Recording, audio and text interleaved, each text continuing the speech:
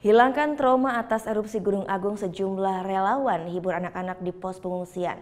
Dengan adanya hiburan, anak-anak diharapkan tidak larut dalam kesedihan meski tinggal di pengungsian. Dagu. Coba lihat.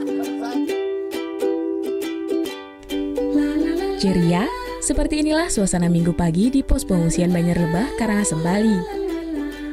Berada di radius 15 km dari puncak Gunung Agung, saat ini pos pengungsian Banjarlebah ditempati sebanyak 748 orang.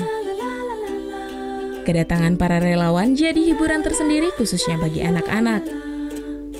Mereka diajak bermain sambil belajar seputar erupsi gunung. Senang, terhibur, nggak bosan di pengungsian. Nah, kalau mereka biasanya di pengungsian ngapain aja tuh bareng? Bermain sama belajar. Nggak takut ya dengan anak? Nggak takut. Nggak.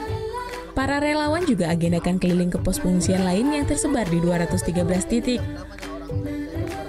Selain berikan bantuan moral, relawan juga fokuskan pada perekonomian warga.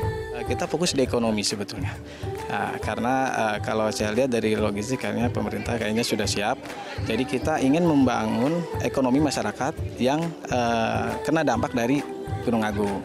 Seperti yang ada di desa Sangka Gunung, mereka itu punya produk pengrajin bambu, tapi dia kesulitan untuk penjualannya. Dan juga kita fokus di peternakan. Hingga Minggu pagi, status Gunung Agung masih di level 4 atau awas.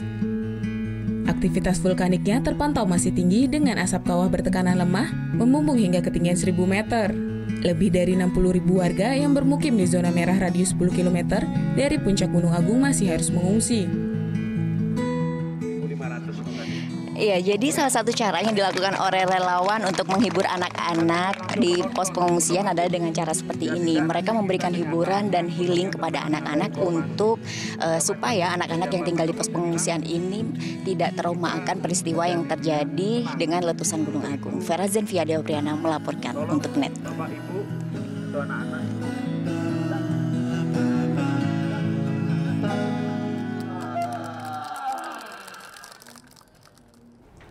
Thank you. Udah selesai nonton beritanya? Jangan pergi dulu dong. Subscribe dulu dan nonton tayangan lainnya di sini. Subscribe, nonton lagi. Subscribe, nonton lagi.